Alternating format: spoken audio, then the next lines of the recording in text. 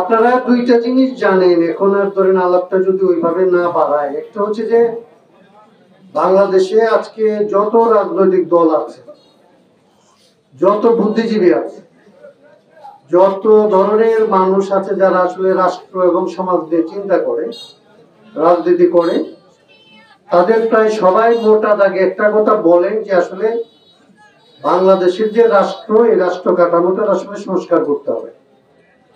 তার মানে এর আগে পর্যন্ত বাংলাদেশের রাজনীতিতে এই রকমের আওয়াজ ছিল না। এর আগে পর্যন্ত বাংলাদেশের রাজনীতিতে ছিল এরকম যে আওয়ামী লীগ খারাপ, এটাকে সরায় বিএনপিকে আনতে হবে, বা বিএনপি খারাপ, এটাকে সরায় আওয়ামী লীগকে আনতে হবে, অথবা এরা কেউ ভালো না তাইলে জামাতকে আনতে হবে, অথবা কমিউনিস্ট পার্টির নেতৃত্বে বিপ্লব করতে হবে। এইটাই হচ্ছে গত 53 বছরের যদি রাজনীতি দেখেন, ওই রাজনীতির একটা কথা ছিল যে আমরা ভালো আর অন্যরা খারাপ, আমাদেরকে আপনারা ক্ষমতায় দেন, তাহলেই দেশ আসলে ঠিক হয়ে যাবে।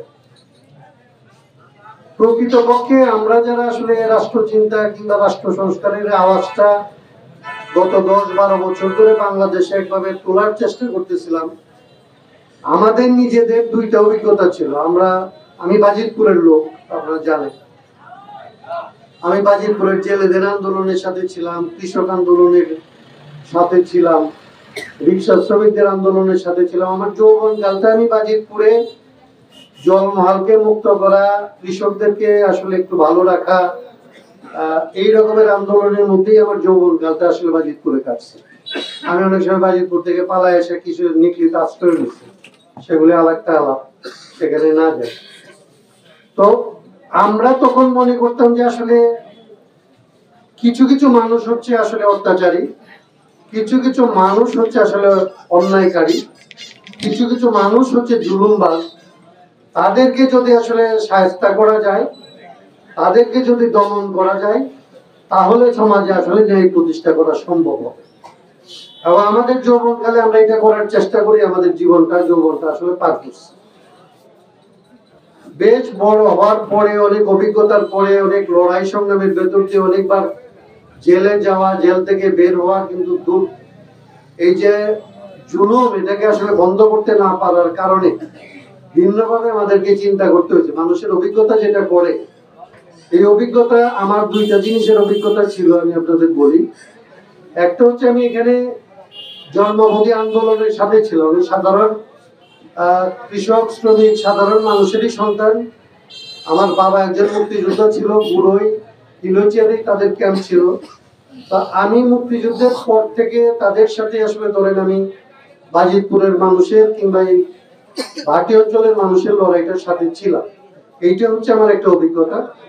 আর আমি ব্যক্তিগত জীবনে আইন পড়াশোনা করছিলাম। আমার পড়াশোনার সাবজেক্ট ছিল ল, এবং আমি যখন আন্দোলন সংগ্রাম করতে করতে আসলে ঋণে পিনে জর্জরিত, তখন আসলে অস্তিত্ব রক্ষার কারণে আমি হাইকোর্টে ওকালতি শুরু করছিলাম। হাইকোর্টে ওকালতি শুরু করতে গিয়ে আগের জীবনের যে আন্দোলনের অভিজ্ঞতা, দুইটা মিলে দেখছিলাম যে আসলে আমরা যে লড়াই সংগ্রাম করে জুলুমকে বন্ধ করতে পারি না, তার একটা বড় কারণ হচ্ছে আইনের ভেতরে জুলুমের পক্ষে আসলে এক ধরনের ব্যবস্থা আছে। আইন নিজেই হচ্ছে অন্যায্য, আইন নিজেই হচ্ছে আসলে জুলুমকারীদের পক্ষে থাকে। আইনের যে প্রতিষ্ঠান, আদালত কিংবা আসলে পুলিশ, তারা আসলে জুলুমবাজদের পক্ষ নেওয়ার মতো একটা আইনি কাঠামো আছে। ক্ষমতাটা, রাষ্ট্রের ক্ষমতাটা এমন মানুষদের হাতে থাকে, কিংবা রাষ্ট্রের ক্ষমতাটা এরকম যে ওইখানে বসে জুলুম করলে এটার জন্য জবাব দিতে হয় না।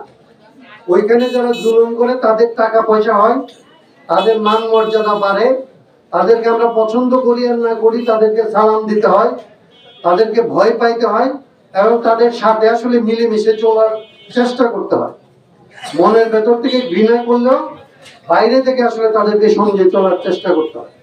সেই জায়গা থেকে, এই অভিজ্ঞতা থেকে আমরা বাংলাদেশের রাজনীতিকে নতুন করে সাজানোর জন্য আসলে আমরা বের করলাম। আমরা বললাম যে বাংলাদেশের যে রাষ্ট্র, বাংলাদেশের যে আইন কানুন, এটা ব্রিটিশরা যেভাবে ব্রিটিশরা বানাইছিল হচ্ছে যে, আপনারা জানেন ইস্ট ইন্ডিয়া কোম্পানি এখানে আসছিল ব্যবসা করার জন্য। কিন্তু আপনারা জানেন 1757 সালে এইখানে ব্রিটিশরা সিরাজউদ্দৌলাকে পরাজিত করে যাকে ক্ষমতায় বসাইছিল, সেই মীর জাফরের আমলে সে একটা আইনের ক্ষমতা নিয়েছিল। ব্রিটিশরা প্রথম বাংলাদেশের মধ্যে যে আইনটা তারা তাদের হাতে নিয়েছিল সেটা হচ্ছিল যে দিওয়ানিটা আমাকে দিবা। মীর জাফরকে বলছিল তোমাকে আমি সম্রাট বানাবো, নবাব বানাবো, কিন্তু তুমি খাজনা তোলার অধিকার, খাজনার অধিকারটা তুমি আমাকে দিবা, খাজনার মামলা মোকদ্দমা এইটা আমি চালাবো।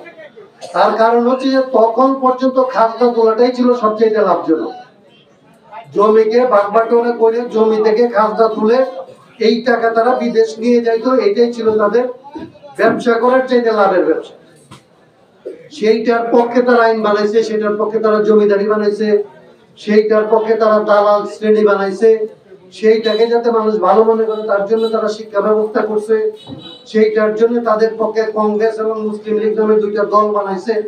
এই রকমের জিনিসগুলিকে তারা এখানে চালু করছে। আজকে যে আদালত দেখেন, আজকে যে রাজনীতি দেখেন, আজকে যে বিচার দেখেন, পুলিশ দেখেন, তার সমস্ত কিছু আসলে তখন ব্রিটিশরা আমাদের এখানে চালু করছে।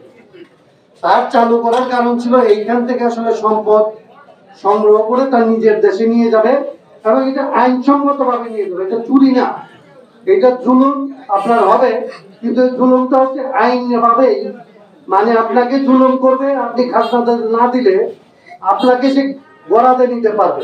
আইনটা তো এরকম। তাইলে আপনি মনে করছেন তো আইন দিয়ে এটা তো আমার বেআইনি কাজ হচ্ছে, খাজনা ব্রিটিশরা না দেওয়া তো আমার বেআইনি, ব্রিটিশ যে আমার দেশে এসে তার খাজনা তুলতেছে এটা বেআইনি মনে হয়। এখনো বাংলাদেশের যে রাজনীতি, এখনো বাংলাদেশের যে আইন কানুন, এখনো বাংলাদেশের যে আদালত, এখনো বাংলাদেশের যে সরকার, এখনো বাংলাদেশের যে রাষ্ট্র ব্যবস্থা, এই ব্যবস্থাটা ব্রিটিশ মডেলে চলে। ব্রিটিশের চাইতে খারাপ ভাবে ব্রিটিশ যেভাবে বানাইছিল তার চাইতে জুলুমটা বাড়ছে, ব্রিটিশ যেভাবে করতেছিল তার চাইতে নিয়ন্ত্রণটা আরো বাড়ছে, কিন্তু মডেলটা কায়দাটা হচ্ছে ব্রিটিশের মধ্যে। কি করে?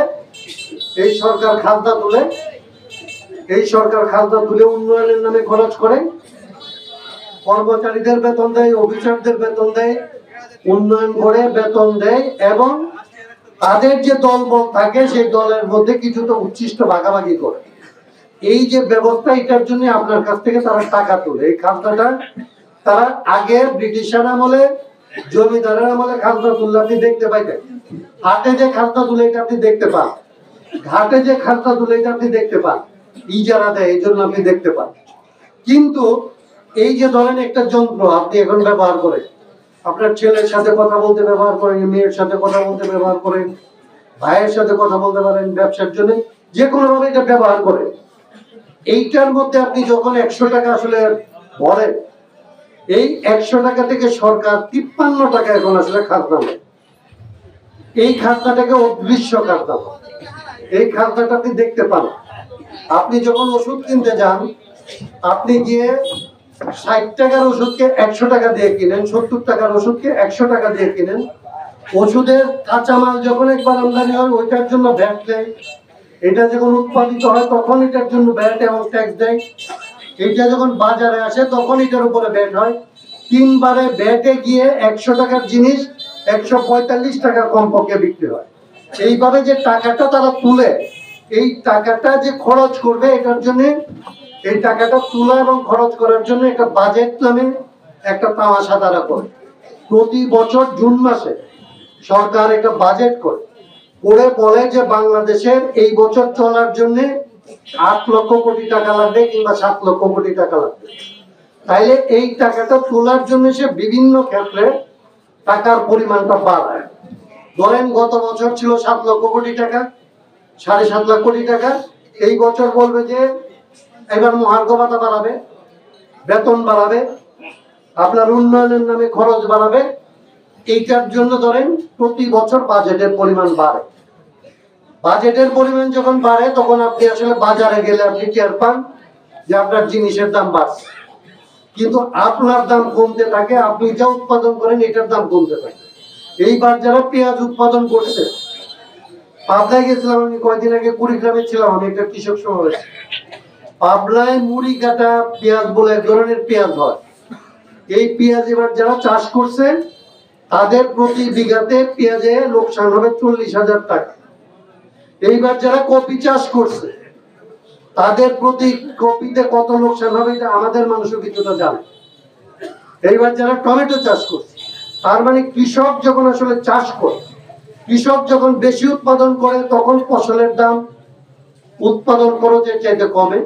সে যখন বাজারে যায় তখন আসলে বাজারে যেই যে জিনিস তার কিনতে হয় সেটার দাম বাড়ে।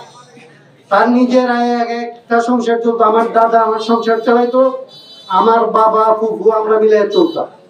আমার দাদা ছিল কৃষক, আমার বাবার আমল পর্যন্ত বাবার রোজগার দিয়ে চলত। এখন আমাদের 4 জনের সংসার, আমি রোজগার করি, আমার বউ রোজগার করে, আমার 2 বাচ্চা, এটা নিয়েই চলা যায়। আপনাদের দেখবেন যে আপনি রোজগার করেন, আপনার বাচ্চা রোজগার করে, আপনার দেশে রোজগার করে চলে না। আপনার ছেলে সৌদি আরবে যায়, মালয়েশিয়ায় যায়, ওইখান থেকে রোজগার করে টাকা পাঠায়, আপনি কৃষিতে লোকসান দেন, ভর্তুকি দেন, তারপরে সংসার চলে। তার মানে এই যে টাকা আপনার কাছ থেকে তুলে এই টাকা দিয়ে কি হয়? এই টাকা দিয়ে বলে উন্নয়ন হয়, এই টাকা দিয়ে বলে সরকার বন্দুক কিনে গুলি কিনে আপনার ছেলের উপর গুলি চালায়, আপনার জন্য পুলিশ নিয়োগ করে, পুলিশ আপনার পাহারা দেওয়ার কথা, আপনার উপরে জুলুম করে, আপনার টাকা যারা চুরি করে তাদেরকে সেলুটদের পাহারা দেয়। আপনার ব্যাংকে টাকা রাখেন, ব্যাংকের টাকা চুরি হয়ে যায়, ব্যাংকের টাকা চুরি করে যারা নিয়ে যায় তারা হচ্ছে ব্যাংকের প্রমোশন পায় আরো বড় অফিসার। এই যে বাংলাদেশ, এই যে লুটপাটের বাংলাদেশ, এই যে লুটপাট করার বাংলাদেশ এবং লুটপাট করে তারা আসলে ক্ষমতায় আরো বেশি থাকার যে বাংলাদেশ, এটা কি কেবলমাত্র আমাদেরকে জোর করে করে? সবটা জোর করে করে। তাদের নিজের জোরে কোলায় না তো, তাদের নিজের জোর নাই। ধরেন ক্ষমতায় থাকার আগের দিন পর্যন্ত হাসিনাকে মনে হতো এত ক্ষমতাবান যে আল্লাহ যদি তারে না তুলে নিয়ে যায় তাইলে আর কেউ তারা তুলতে পারবে না, এরকম মনে হচ্ছে না? আজকে যে তাদের ক্ষমতা নাই, আজকে তো আপনার যে ক্ষমতা আছে, আপনি যে বুক মোলায় নিকলির হাতে ঘাটে এখানে মিটিং শুনেন, আপনার সমান ক্ষমতা তো নাই। ওটা পলাইছে, ওটা চুপ। তার মানে তার ক্ষমতাটা তাহলে কোর্ট থেকে আসে, ক্ষমতাটা কোথায় থাকে? যখন পুলিশ তার হাতে থাকে, যখন মিলিটারি তার হাতে থাকে, যখন আমলারা তার হাতে থাকে, যখন বিচারকরা তার কথায় চলে, তখন তার ক্ষমতা। মানে এই ক্ষমতা হলো আপনার টাকায় চলে, আপনার সন্তানরা চাকরি করে, এদেরকে তারা আপনার কবজা করে আপনার বিরুদ্ধে যখন ব্যবহার করে, তখন আপনার ক্ষমতা আপনার বিরুদ্ধে ব্যবহার করার জন্য সে তার নেতা মনে হয়, তাহলে খুব শক্তিশালী মনে হয়, তাহলে খুব বুদ্ধিমান মনে হয়। সবচেয়ে বড় যেগুলি চোর, এগুলো সবচেয়ে বড় বুদ্ধিমান মনে হয়। সবচেয়ে বড় যেগুলি ধাপ্পাবাজ, সবচেয়ে বেশি মিথ্যা কথা বলতে পারে যে রাজনৈতিক নেতারা, ওইগুলির মনে হয় এগুলি খুবই আসলে জানু নেতা। এগুলি খুব জানু নেতা। এগুলি নিজের টাকার বাইরে গিয়ে মানুষের টাকায় গাড়ি কিনে, মানুষের টাকায় বাড়ি করে, মানুষের টাকায় সম্পদ করে বিদেশে পাঠায়, দেশে রাইখে দেশে সম্পদ করে কুলাইতে পারে না। একটা আছে না চিটাং এর কোন একটা মন্ত্রী, মানে ব্যবসায়ের পোলা ছিল, এখন ওই যে ভূমি মন্ত্রী হয়েছে, বাবরের পোলা, ওর ইংল্যান্ডে বাড়ি হয়েছে 276 টাকা 376 টাকা। মানে এইখানে টাকা চুরি করিয়া এইখানে আর ধরেন ব্যবহার করার জায়গা নেই। ওর ইংল্যান্ডে নিতে হয়, ওর আমেরিকায় নিতে হয়, ওর কানাডায় নিতে হয়, ওর মালয়েশিয়ায় নিতে হয়। কিন্তু আমরা বলি যে চুরির টাকাটা যদি তুই এখানেও বিনিয়োগ করিস, তাহলে আমার পোলাপান তো মালয়েশিয়ায় গিয়ে চাকরি করা লাগে না, আমার পোলাপান তো এখানে কাজ করে পাইতে পারে। ওই চোরের বাচ্চারা চুরি করবে কেবলমাত্র তা না, চুরি করে সম্পদ ব্রিটিশ নিয়ে যেত তার ব্রিটিশের নিজের দেশে, পাকিস্তান নিয়ে যেত পশ্চিম পাকিস্তানে। এই বেঈমানের বাচ্চারা এই বাংলাদেশের সম্পদ চুরি করে ও বাংলাদেশে রাখার সাহস পেয়ে ওই সম্পদ বাইরে নিয়ে যায়। এই আইনগুলি তারা, এবং এগুলি আইনের ভেতর দিয়ে করে, এই আইনগুলির আমরা বলছি এগুলির সংস্কার করা লাগবে। এই ব্যাংকিং আইনের পরিবর্তন করা লাগবে, সংবিধানের ক্ষমতার পরিবর্তন করা লাগবে, মানুষের যে মৌলিক অধিকার এটার পরিবর্তন করা লাগবে, এই যে স্থানীয় সরকার আছে এটার পরিবর্তন করা লাগবে। আমরা রাষ্ট্র যে চলে, এই যে টাকা পয়সা তুলে নিয়ে হিসাব না দিয়ে খরচ করে, এই জায়গাগুলিকে সংস্কার করার কথা আমরা বলছি গত 12 বছর ধরে। আজকে বাংলাদেশ আমরা বলতে বলতে আজকের বাংলাদেশে সবাই এটা বলে। আমরা এই রাজনীতিটা বাজিতপুর নিকলিটা নিয়ে আসার একসময় রাজনীতি করতাম গত 20-25 বছরে, এইখানে আমার সময় দেওয়া হয় না। কিন্তু আপনাদের ছেলেরা এখন এই রাজনীতি শুরু করছে। এইখানে স্বপনরা বলেন, জুটনরা বলেন, এখানে বিভিন্ন অঞ্চলের যারা এই রাজনীতিটা বাংলাদেশে আমরা অন্যান্য অঞ্চলে যেরকম করতেছি নিগলিত বাজিতপুরও এটা শুরু হয়েছে। এখন এই রাজনীতি থেকে যদি আপনাদের মনে হয় যে এইটা আপনাদের রাজনীতি, এইটা আপনাদের পক্ষের রাজনীতি, এইটা কেবলমাত্র চোর বদলানোর রাজনীতি না, চোর বদলানো এবং চোরের সাথে সাথে ওই যে লঙ্কায় যায় ওই যে রাবণ হয়, ওই লঙ্কাটা বদলানোর রাজনীতি। মানে আপনার রাবণ বদলাই দিব একসাথে, লঙ্কা বদলাই দিব। লঙ্কা যদি আপনি না বদলান তাহলে আমারে যদি পাঠান লঙ্কায়, আমিও আসলে রাবণই হব। আর এইটাই মানে আপনার সুতার মেশিনে যদি আপনি মাল সামান ঢুকান, এটা সুতা বাইরে হইব। বিস্কিটের যে মেশিনে যদি আসলে ময়লা ঢুকান, এটা বিস্কুট হয়ে বাইরে হইব। অতএব রাষ্ট্রের যে আইন, ব্রিটিশরা যে আইন বানিয়েছিল চুরি করে টাকা ইংল্যান্ডে নেওয়া, এই আইন 2 বার দেশ স্বাধীন হয়েছে, 2 বার গণঅভ্যুত্থান হয়েছে, কিন্তু এই আইন কানুন, রাষ্ট্র চালানোর যে আইন কানুন, সরকার চালানোর যে আইন কানুন, এই আইন কানুনের বদল হয়।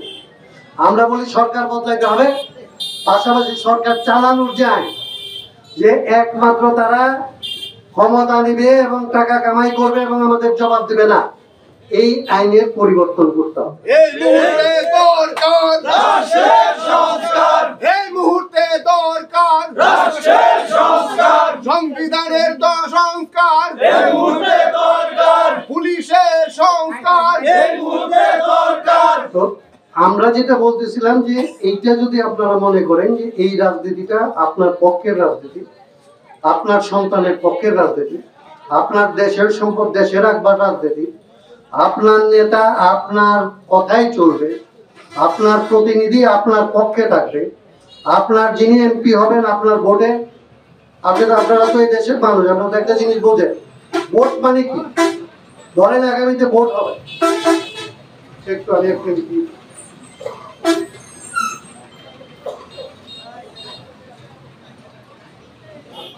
আমরা ভোট দিই মানে কি করি, একটা লোককে ভোট দেয়া ইউনিয়ন পরিষদের চেয়ারম্যান বানাই, মেম্বার বানাই, একটা লোককে এমপি বানাই, এইরকম যে বানাই এক একজনের এক একটা দায়িত্ব দেয়। আমরা মনে করি চেয়ারম্যান মেম্বার যে হবে হচ্ছে স্থানীয় যে সমস্ত সমস্যা আছে এগুলির সমাধান করবে। কিন্তু আপনি জানিয়ে দেখবেন যে এখানে যারা চেয়ারম্যান মেম্বার হয় তাদের হাতে কোনো ক্ষমতা নাই, তারা আসলে কিছু করতে পারে না। তাদের একটা ক্ষমতা হয়, মেম্বার সাহেবরা চেয়ারম্যান সাহেবরা গিয়া এমপি সাহেবের হাতে পায়ে দরবার একটা সুযোগ পায়, দুইটা তাদেরকে বলে যে আমার এলাকায় কিছু বাজেট দেন, আমার কিছু টাকা পয়সা দেন, না দিলে আমি আসলে এখানে মুখ দেখাইতে পারবো না, আমার এলাকার কোনো উন্নতি করতে পারতেছি না, আমার গরিব মানুষকে কিছু দিতে পারতেছি না।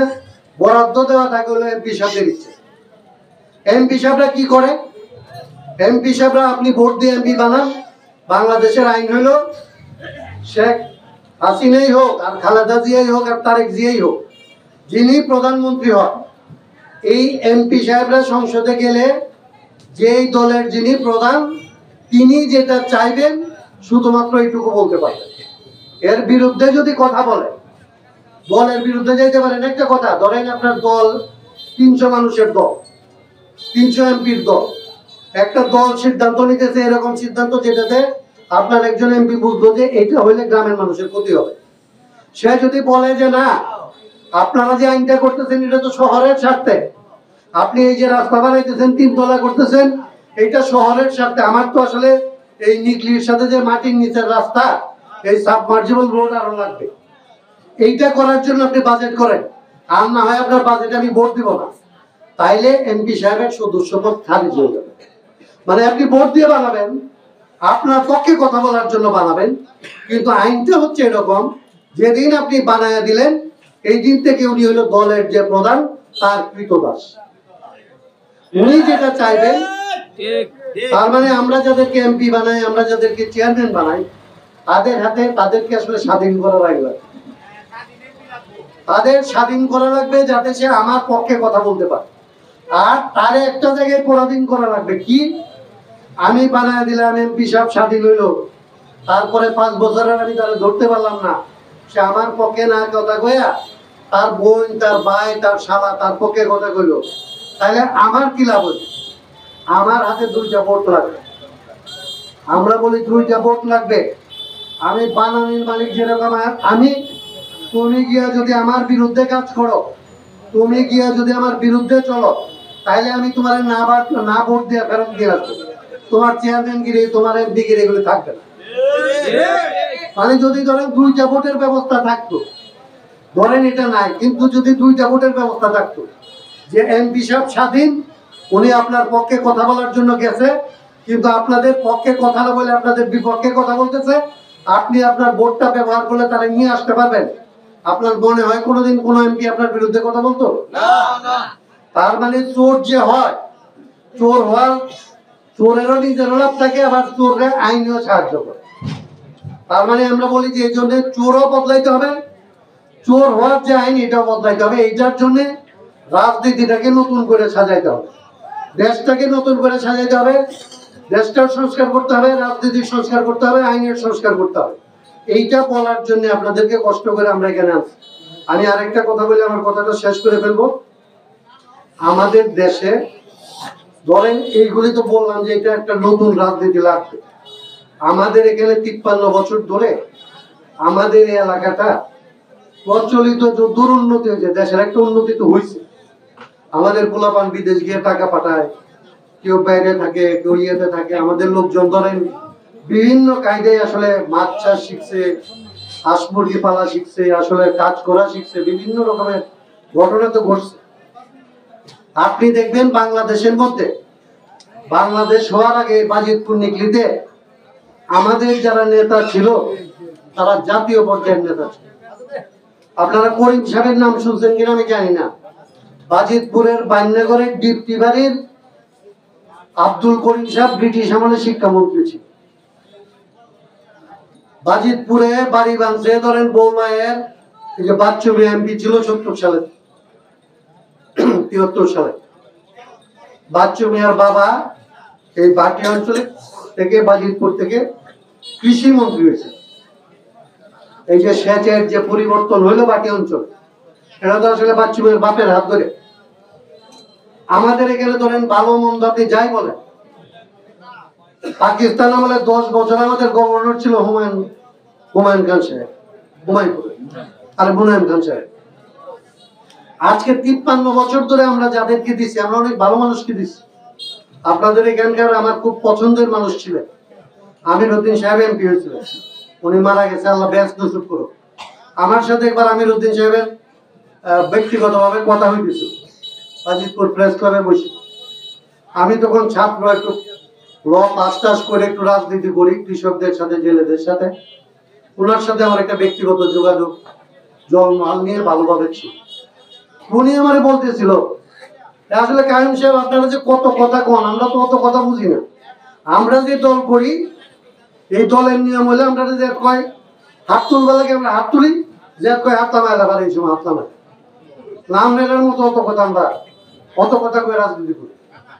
আমরা দল হলো হাত তোলার দল, আমরা যে দলের প্রধান কয় হাত তুলবা লাগি আমরা হাত তুলি, যে কয় নামাইলা নামাই।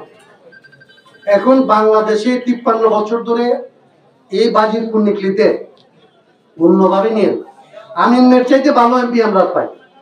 মানে 53 বছর স্বাধীন বাংলাদেশে 53 বছরের মধ্যে আমিন মিয়া সাহেবের চাইতে ভালো এমপি আমরা পাই। ওনার কাছ থেকেও আমরা আসলে বাজিতপুরের উন্নয়নে কিছু পাই। আর বাকিদের কথা আমি বললাম, বাকিদের নাম নিতে আসলে লজ্জা লাগে। যাদেরকে আমরা এমপি হিসেবে পাঠাইছি, যারা বাজিতপুরের এমপি হিসেবে নিকলির এমপি হিসেবে সংসদে গেছে, কিংবা এখনো যারা যাওয়ার কথা ভাবে, এদের ব্যাপারে আসলে আমার কিছু বলার নাই। আমি শুধু একটা কথা বলি যে এক হইলে আমাদের ব্যবস্থাটা পাল্টানোর জন্য একটা রাজনীতি করা দরকার। আর ব্যবস্থা যতক্ষণ না পাল্টাইতে পারবো তখন আপনাদের চিন্তা করা দরকার যে বাজিতপুর নিকলির জন্য আমরা গত 53 বছরের যে বঞ্চনাটা আমাদের হয়েছে, সেই বঞ্চনাটার আসলে হিসাবটা সরকারের কাছ থেকে আদায় করতে পারে। আছে না, যেমন পাকিস্তানের সাথে আমাদের বলে যে সম্পর্ক স্বাভাবিক করতে হবে, তাহলে সম্পর্ক স্বাভাবিক করার সময় আলাপ হয় যে তাইলে আমরা যে পাওনা দাওনা আসছিল সংগ্রামের আগে, এগুলির আসলে হিসাব করো কি হবে। তো 53 বছরের হিসাবটা বাজিতপুরের, 53 বছরের হিসাবটা নিকলির, এই নিকলি বাজিতপুরের সরকারের কাছে আসলে আমাদের কি পাওনা ছিল, আমরা 53 বছরে কি পাই নাই, সেই হিসাব আদায় করতে পারে এরকম লোকদেরকে আপনারা সংসদে পাঠানোর কথা পাইবেন। কারণ আগামী নভেম্বর ডিসেম্বরে বাংলাদেশে একটা মোটামুটি গ্রহণযোগ্য নির্বাচন হবে। তো সেইটার জন্য যাতে আমরা প্রস্তুতি নিতে পারি, এইটা একটা। আর যে রাজনীতিটা আমরা বাংলাদেশে রাষ্ট্র সংস্কারের রাজনীতি হিসেবে যেটাকে আমরা চালু করছি, যেটা বাংলাদেশে এখন সবাই বলতেছে লাগবে, সেইটাতে যদি আমি আবার বললাম যে আপনাদের যদি মনে হয় আমার কথাবার্তা বোধহয় এখন ফেসবুকে একটু পাওয়া যায়, মাঝে মধ্যে আমি টেলিভিশনে এখন কথাবার্তা বলতে যাই, আপনাদের ছেলে মেয়েরা কেউ কেউ জানে হয়তো। তো আমাদের কথাবার্তা আর আমাদের বাপদাদার চরিত্র এগুলি জানিয়ে যদি মনে হয় যে আমরা আসলে আপনাদেরকে ফাঁকি দেওয়ার রাজনীতি করতে আসলে, আপনাদের সাথে অতীতে কোনোদিন বেইমানি করি নাই, কিংবা টাকা পয়সার জন্য নিজেরা কোথাও কখনো বন্ধক দেই না, কিংবা ক্ষমতার জন্য নিজেরা কখনো আসলে আপোষ করি নাই, এইটা যদি আমাদের সম্পর্কে আপনারা যাচাই বাছাই করে আপনাদের মনে হয়, তাহলে আমরা আপনাদের কাছে অনুরোধ করব যে বাংলাদেশটাকে ৭১ সালে একবার একটা সুযোগ আসছিল এটাকে সাজানো, ৯০ সালে একবার একটা সুযোগ আসছিল এটাকে সাজানো, ২৪ সালে আমাদের পোলাপান জীবন দিয়ে বাংলাদেশটাকে একটু নতুন করে আবার একটু সাজানোর একটা সুযোগ আসছে। আপনারা যদি এই রাজনীতিটা আপনাদের মনে হয় যে এটা আপনাদের পক্ষের রাজনীতি এবং বাংলাদেশটাকে নতুন করে সাজানোর জন্য আমাদের সন্তানেরা জীবন দিয়ে যে কাজটা করছে, এটাকে আসলে অর্থবহ করবার জন্য আপনারা সহায়তা যদি করেন, আমরা আপনাদের বলতে পারি যে এইবার ২৪ সালের পরের বাংলাদেশ ২৪-এর আগের বাংলাদেশ আর আমরা হইতে দিব না। আপনারা যদি আমাদের সাথে থাকেন, এই বাংলাদেশকে আর চোরের বাংলাদেশ, এই বাংলাদেশকে আর লুটের বাংলাদেশ এবং এই লুটের বাংলাদেশকে আর পাচারের বাংলাদেশ, এই দিকে যাতে না যাইতে পারে, তার জন্য আপনাদের সন্তানদেরকে সাথে নিয়ে আমরা বাংলাদেশটাকে নতুন করে গড়ে তোলার চেষ্টাটা আমরা করব। আমাদের জীবন যতদিন আছে আমরা এখান থেকে সরব। এইখানে আপনাদের যদি আমাদেরকে সহায়তা করা উচিত মনে হয়, আমাদেরকে সহায়তা করেন। আর এতক্ষণ ধরে যারা আমার কথা শুনছেন, আমার কথার জন্য আসলে অপেক্ষা করছেন, তাদের প্রত্যেকের কাছে আমি আবারও কৃতজ্ঞতা জানাই, আমার দলের পক্ষ থেকে জানাই, আমার ব্যক্তিগত জায়গা থেকে জানাই। আপনাদের সবাইকে অভিনন্দন এবং শুভেচ্ছা জানাই। ধন্যবাদ আপনাদেরকে।